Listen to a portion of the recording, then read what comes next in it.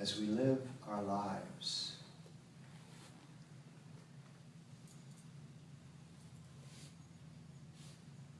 as the population grows, as the resources deplete, it becomes more and more imperative to follow the first sutra of the Aquarian age, which is to see the other person as you.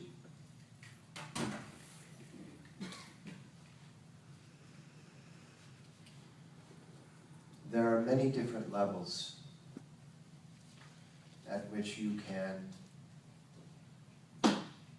incorporate this sutra into your life. Philosophically, you can say, oh, of course, they're me, they're just like me. And you can have this philosophical, intellectual relationship with the other person as you. And that's good. That's better than not having it that way. But our goal as leaders in these new times, these significantly disruptive times, is that we actually experience the experience of each other as us. Because when you burrow down into the actual relation, and someone is perhaps very close to you, it will be more difficult for you to have that philosophical, intellectual relationship if they appear to be doing something that offends you. What is the old saying? You always hurt the ones you love.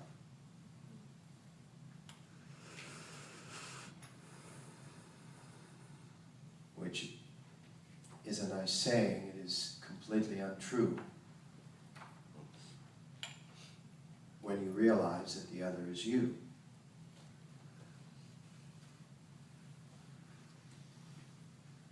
In order for humanity to survive, with this many people, plus there will be more, on this very tiny planet, with limited resources, there needs to be a leadership group, what you might call parental supervision, that wanders the planet and keeps the shovels and the buckets in the sandbox sharing. Because otherwise, the shovels become weapons. The buckets become weapons. And the little children, the 7 billion little children that live all around the planet, start hitting each other with shovels and buckets. But if there's enough of us who can truly identify with the other person as being ourselves, not in an intellectual or philosophical way, but in an experiential way, in a visceral way, in a way that you intuitively, absolutely recognize the other person as you. And there's another intellectual, philosophical motto, slogan that goes along with this. Everyone is your reflection. And you think of this, if you relate to it only on an intellectual level, you think of this as, okay, they're being this way, that means there must be a part of me that's being this way. And that's not actually the way it is at all. Because if you look at it that way, there's a lot of intellectual ways in which you can deny the fact that the other person is your reflection. You can assume the fact that you would never do what they were doing, and you would know that in fact that's the case. You would never do what they were doing. You would never do it as they are doing. So how does that other person reflect you? And that's why for those who are going to take on the role of being the supervisory parents of this planet, in order to get this planet through this time period, which is extremely selfish, highly toxic, incredibly violent, and crowded.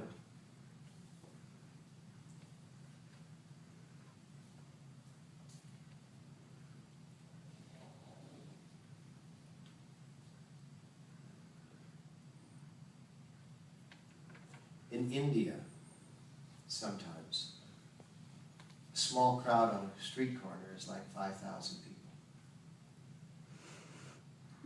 When you go into the temples, if there's a reason for everyone to stand up, you all have to sit down at the same time. Because if you don't, you get wedged out. You understand what I'm saying? Mm-hmm. That if you don't all sit down at the same time, if you're left standing and you think, oh, I'll sit down in a moment, all the space is taken. But if you all sit down at the same time, somehow your bodies accommodate each other. Now, for Westerners, that's very uncomfortable. But for Indian, it's normal. When you go to a train station to get your ticket, you don't do it with a single person on the other side of the window. You've got 5 people on the other side of the window. And overlooking your shoulder, there are 50 people on your side of the window, curious about where you're going, what you're doing, how you're doing, and you, hello. Yeah, their heads are everywhere, you know, looking at.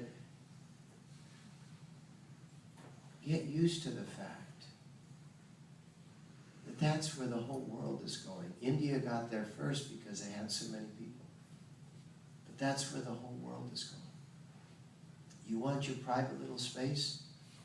Get over it. You're not going to have it. You think the NSA looking at everything is a problem? I think it's fantastic.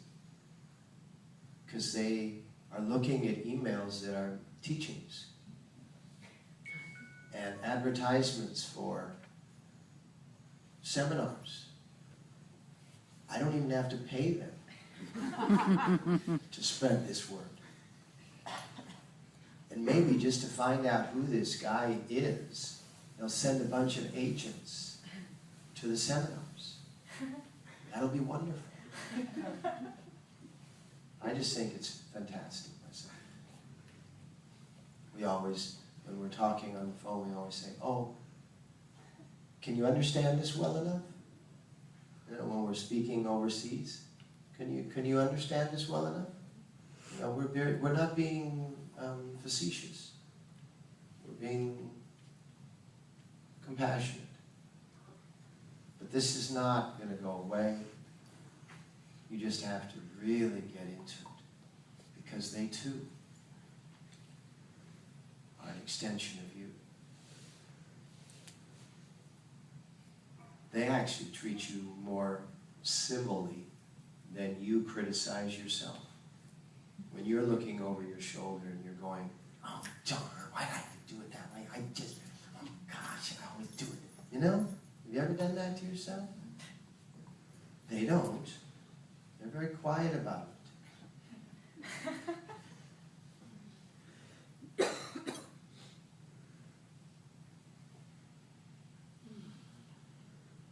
Where your consciousness is on the level of the union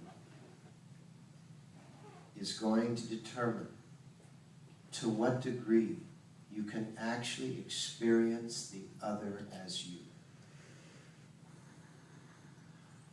right now, you're listening to yourself talking to you. Right now, I'm talking to myself.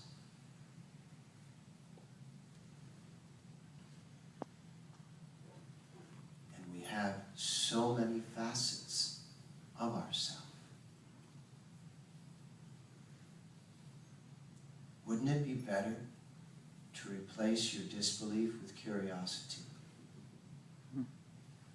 Wouldn't it be better if someone offends you, according to the standards that you carry, for you to be curious as to their action or to their comment, as opposed to being offended? Wouldn't that curiosity make for a greater opportunity for reconciliation?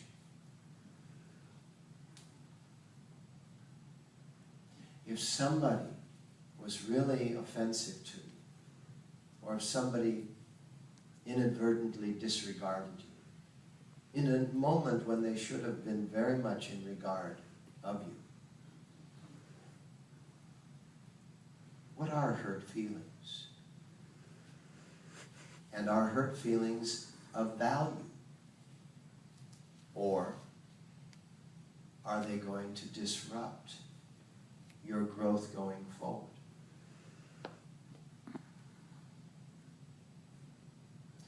The thing that got me to really get rid of hurt feelings happened in late February of 1969.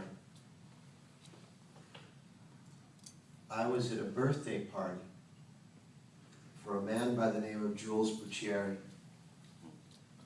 Jules Buccieri owned the antique store on the corner of Melrose and Robertson, in which Kundalini Yoga got started in the West. It was the first classroom. And so we had all gathered at his home, and he had been giving his showroom, and we would take the antique furniture into the parking lot, and then we would do the yoga on the Persian carpets. And that was the first yoga center. It was just right up the street. We were at his house for a birthday party. And somebody said, "Oh, Guru Singh, you're a Pisces too, aren't you?" Because it was late February and Jules was a Pisces. And of course, when you're the sign that you are, you're very proud of the sign that you are, especially when you're 23 years old and don't know a thing. You know something, but... And I turned around and I said, "Oh, yes. Yes, I am." And Yogi Bhajan looked at me and he said, "Ah, a Pisces man, one who would walk a mile to get their feelings hurt." No. Wow.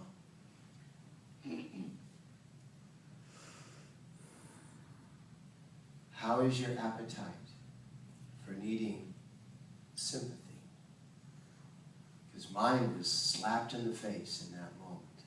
A lot of people heard the comment and looked at me and wanted to kind of like get a little bit, put a little more space between themselves and me.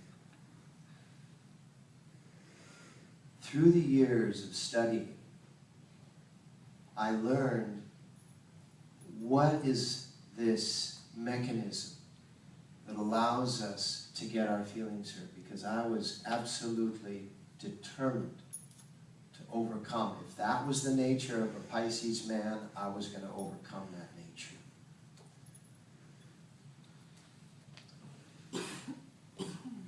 There's a thing in Sanskrit called Paramatma. Paramatma means the total soul.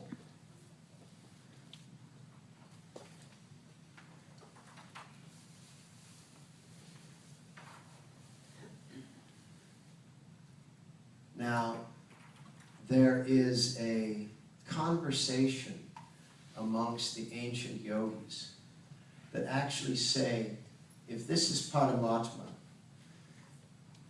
and this is your earthly vessel,